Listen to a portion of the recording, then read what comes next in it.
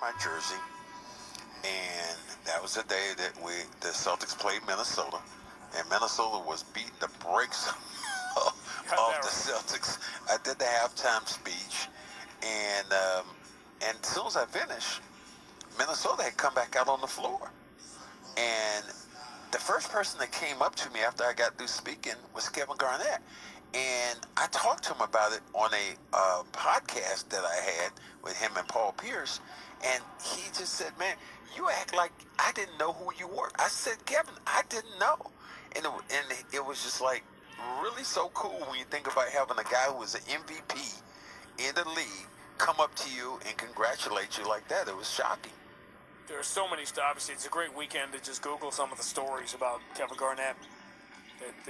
Obviously, there are ones that everybody knows. Fournier hit from behind at the free throw line, fouled by Edwards. He'll go to the line with the Celtics leading by 20 midway through the third. But Paul and KG told one of those stories. He said this should have happened before Kevin Garnett came to Boston. He said Paul looked at it. He said 4 years before he wanted it.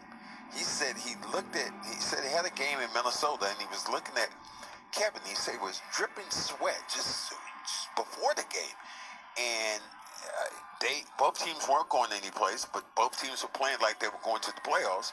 And he said Kevin looked over. He said he looked over at Wick, who was at the game at the time, owner of the Celtics, and said, "This is the guy you need to get." This is 4 years before Wick and the Celtics pulled the trigger.